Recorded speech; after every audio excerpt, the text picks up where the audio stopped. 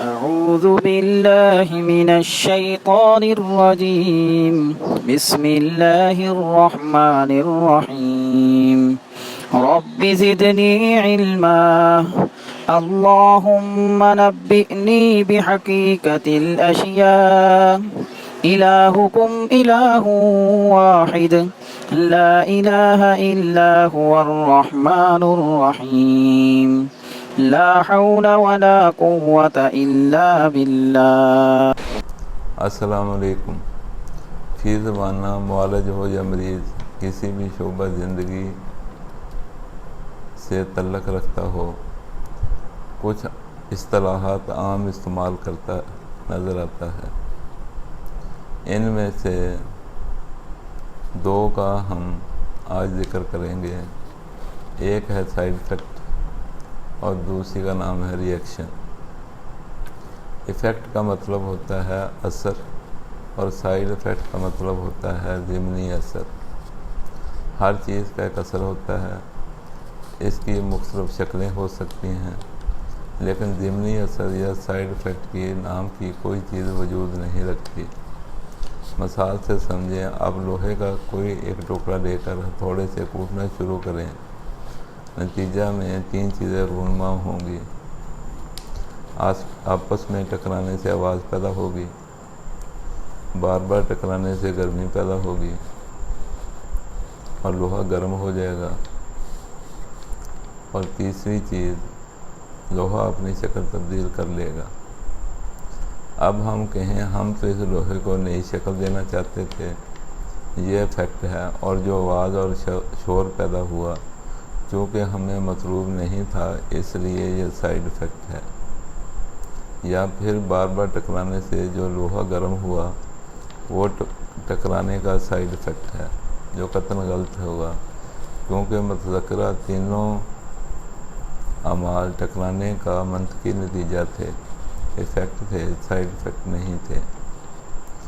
Allopathic طریقہ علاج چونکہ کسی اصول اور قانون کے مطابق نہیں ہے، اس لیے علامات کو دبانے کے لیے مختلف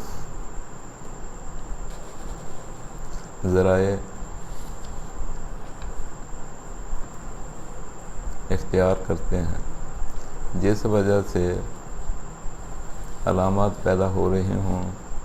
اس اصل وجہ کو ختم کرنے پر یقین نہیں رکھتے، اس لیے اس غیر فطری طرز عمل کے باعث پرانی علامات کو مسلسل دباتے رہنے کے باعث نئی علامات پیدا ہوتی رہتی ہیں۔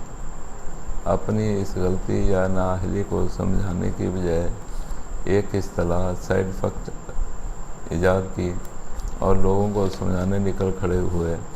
اس کا اس قدر پروپیگنڈا کیا گیا کہ لاشعوری طور پر لوگ اسے سچ سمجھنے لگے۔ بڑے بڑے ذہین دماغ اس جھوٹ کو سچ سمجھ بیٹھے۔ متذکرہ حقائق کو سمجھنے کے لیے غلبے کی نفسیات کو سمجھنا ہوگا۔ غالب فرد ہو یا دارا، کسی ملک کی حکومت ہو یا عالمی طاقت، مقامی بدمعاش ہو یا مافیا ڈان، اپنے آپ کو ہمیشہ فرنٹ پوزیشن پر دیکھنا چاہتا ہے۔ نمبر 1 پوزیشن حاصل کرنے اور اسے برقرار رکھنے کے لیے اس کا تمام انحصار اپنے کرندوں پر ہوتا ہے۔ ان کے کرندے بد دل نہ ہو جائیں، وہ ان کی حفاظت کے لیے ہر حد تک جانے کے لیے ہمیشہ تیار رہتا ہے۔ اس کام کے لیے تھنک ٹینکس بنائے جاتے ہیں، لوگوں کی نفسیات سے کھیلنے کے لیے اصطلاحات وضع کی جاتی ہیں، سلوگن ایجاد کیے جاتے ہیں۔ مقصد ایک ہی ہوتا ہے، جبر کا دور جاری رہے اور وسائل کی لوٹ مار کا بازار گرم رہے۔ جیسے امریکی حکام نے عراق اور افغانستان جنگ میں دوستانہ فائرنگ اور کولیٹرل ڈیمیج جیسی اصطلاحات وضع کیں، گولیاں چلیں، کئی لوگوں کو جان سے لے گئیں، لیکن دوستانہ فائرنگ کے نعرے کی آڑ میں ان کے کرندوں کے خلاف کوئی کارروائی نہ ہوئی۔ بمباری ہوئی، لوگوں کی جائیدادیں، جان اور مال برباد ہو گئے، لیکن کولیٹرل ڈیمیج کی آڑ میں کوئی کارروائی نہ ہونے دی گئی۔ ایلوپیتھک کا وہ نظام علاج جو کسی قاعدے کلیے کے تحت نہیں، ان کی خامیاں روزانہ سامنے آتی ہیں۔ اپنے نظام کی خامیوں کو تحفظ دینے کے لیے بہت خوبصورت الفاظ میں اصطلاحات وضع کر لی گئی۔ ان میں 2 اصطلاحات بہت مشہور ہیں۔ پہلی ہے سائیڈ افیکٹ، جو ان کے نظام علاج کو تحفظ دیتی ہے۔ مریضوں کو جو چاہے دیتے رہو، جب نقصان سامنے آئے تو اسے سائیڈ افیکٹ کے سر مڑ دو۔ یہی وجہ ہے جب کوئی نئی دوائی مارکیٹ میں آتی ہے، بلد بانگ دعوے کیے جاتے ہیں، آرٹیکل لکھے جاتے ہیں، بڑے بڑے اخبارات میں نئی دوائی کے قصیدے لکھے جاتے ہیں، پرانی دوائی کی برائیاں کی جاتی ہیں، اس کی خامیاں بیان کی جاتی ہیں، برائی کے تمام کیڑے اس میں ڈال دیے جاتے ہیں، اور یہ سب کچھ ریسرچ اور ایمانداری کے بینر تلے کیا جاتا ہے۔ کوئی یہ نہیں دیکھتا 10 سال پہلے جب وہ دوائی لانچ ہوئی تھی، جسے آج تمام برائیوں کی ماں ثابت کر کے اس پر پابندی لگائی جا رہی ہے، جب لانچ ہوئی تھی یہی تمام تعریفیں اور قصیدے اس کے لیے بھی پڑھے اور چھاپے گئے تھے۔ سکرپٹ وہی رہتا ہے، صرف دوائی کا نام تبدیل کر دیا جاتا ہے۔ دوسری جو اصطلاح ایلوپیتھک طریقہ علاج میں استعمال کی جاتی ہے وہ ہے ری ایکشن۔ کسی دوائی کا ری ایکشن شدید بھی ہو سکتا ہے اور خفیف بھی۔ یہ اصطلاح معالجین کی تحفظ کے لیے ہے۔ اسے سمجھیں، ہر عمل کا رد عمل ہوتا ہے۔ یہ دونوں مخالف سمت میں ہوتے ہیں، لیکن ان کا میگنیچیوڈ ہمیشہ برابر ہوتا ہے۔ دنیا کی ہر چیز، خواہ وہ غذا ہو یا دوا، اس کا رد عمل ضرور ہوگا، لیکن یہ رد عمل اپنی حدود سے تجاوز کبھی نہیں کرتا۔ تجربہ کرنا ہے کر لیں، کسی ساکن تالاب میں پتھر پھینکیں، لہریں پیدا ہوں گی، کنارے تک پہنچ کر ختم نہیں ہوں گی، واپس پلٹیں گی، لیکن یہ کبھی نہیں ہوگا پیدا ہونے وقت اور کناروں کی طرف جاتے وقت یہ معمولی لہریں ہوں، لیکن کناروں سے واپس پلٹتے ہوئے یہ ساکن پانی میں طوفان برپا کر دیں۔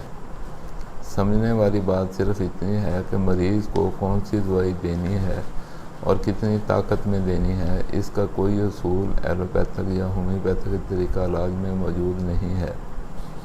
یہ سب معالج کی صوابدید پر منحصر ہے۔ زیادہ سے زیادہ باڈی ویٹ کے مطابق دوائی بنانے والی کمپنی ریکمینڈ کر دیتی ہے، مریض کو جس دوائی کی ضرورت نہیں تھی وہ دے دی جاتی ہے، یا اس ڈوز میں دے دی جاتی ہے جسے مریض برداشت نہیں کر سکتا۔ اس کا نقصان سامنے آتا ہے، معالج صاحب اپنی غلطی ری ایکشن کے ساتھ ڈال کر بری الزامہ ہو جاتے ہیں۔ مثال سے آپ کو سمجھانے کی کوشش کرتا ہوں۔ سانپ اور بھیڑ دونوں کا زہر ایک ہی گروپ سے تعلق رکھتے ہیں، لیکن ان کی طاقت میں بہت فرق ہوتا ہے۔ بھیڑ کے زہر سے سوزش ہو سکتی ہے، جان کو خطرہ کبھی نہیں ہوتا، لیکن سانپ کا زہر بہت طاقتور اور مہلک ہوتا ہے، یہ بتانے کی ضرورت نہیں۔ ہر سال سینکڑوں لوگ سانپ کے ڈسنے سے مر جاتے ہیں۔ اگر معالج کے پاس 2 مریض لائی جائیں جن میں سے ایک کو سانپ نے ڈسا ہو اور دوسرے کو بھیڑ نے کاٹا ہو، آپ تک پہنچتے پہنچتے دونوں مریضوں پر زہر اپنا اثر کر چکے ہوں گے۔ بھیڑ کاٹے گئے مریض کو جان جانے کا کوئی خطرہ نہیں، اسے معمولی طاقت کی دوائی بھی فائدہ دے گی، لیکن سانپ کے ڈسے ہوئے مریض کو سانپ کے زہر سے بھی زیادہ طاقتور دوائی کی ضرورت ہوگی، تاکہ سانپ کے زہر سے مریض کے جسم کو جو نقصان پہنچ چکا ہے اس نقصان کا ازالہ کرے، جو زہر باقی بچا ہے اس کے اثر کو زائل کرے اور مریض کو زندگی کی طرف لوٹائے۔ اگر غلطی سے بھیڑ والے مریض کو سانپ کاٹنے والی دوائی دے دی جائے اور سانپ کے کاٹے والے مریض کو بھیڑ کاٹنے والی دوائی، تو پھر کیا ہوگا؟ بھیڑ کے کاٹے والی دوائی بہت کمزور تھی، اس لیے جب تک اثر کرنا ہے سانپ کا زہر مریض کا کام تمام کر دے گا، اور بھیڑ کے کاٹے والے مریض کو اگر سانپ کاٹے والی دوائی دے دی جائے تو اس مریض کو اس دوائی کی تیزی مار دے گی، اسے اس دوائی کی قطعاً ضرورت نہیں تھی۔ اب جو نقصان ہوا اس کا ذمہ دار معالج تھا، اس نے مریض کو دوائی دینے سے پہلے مرض یا زہر کی شدت خفت کا لحاظ کیوں نہیں رکھا؟ ایلوپیتھک علاج فرسٹ ایڈ کا بادشاہ ہے، وہ فرسٹ ایڈ دے کر مریض کی جان تو بچا لے گا، لیکن اس زہر کے لیے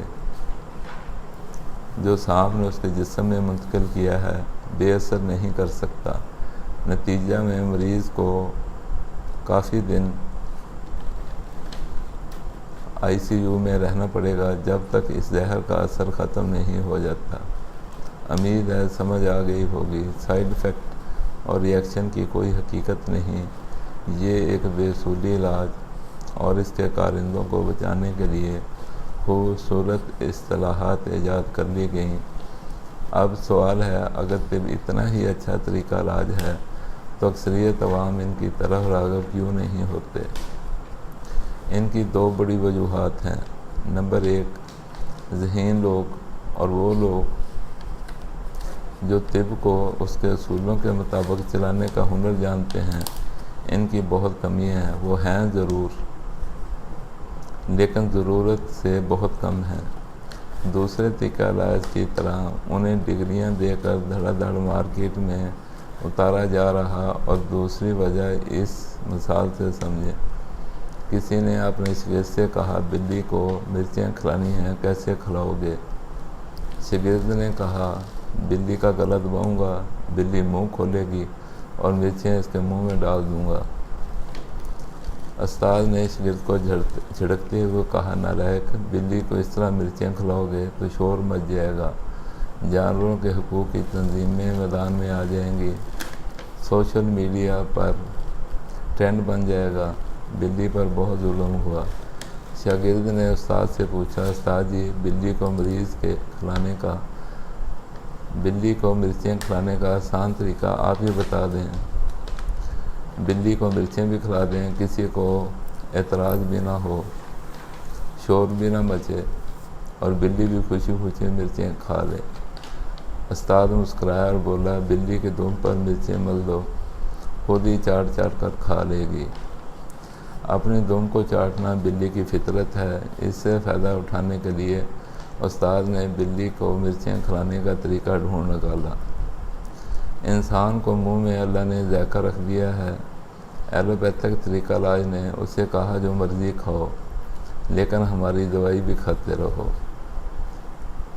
ادویات کا کاروبار اور منہ کا چسکا دونوں ساتھ ساتھ چل رہے ہیں، کوئی شور نہیں اٹھ رہا، سوشل میڈیا پر ٹرینڈ بھی نہیں بن رہا۔ مسلسل غیر فطری ادویات کھانے سے جو نقصان ظاہر ہو اسے سائیڈ ایفیکٹ کے کھاتے میں ڈال دیا، اور جو معالج سے کہیں غلطی ہو جائے اسے ری ایکشن کے کھانے میں ڈال دیا۔ آپ ذہین لوگ ہیں، امید ہے مجھ سے بھی زیادہ سمجھ آ گئی ہوگی۔ السلام علیکم۔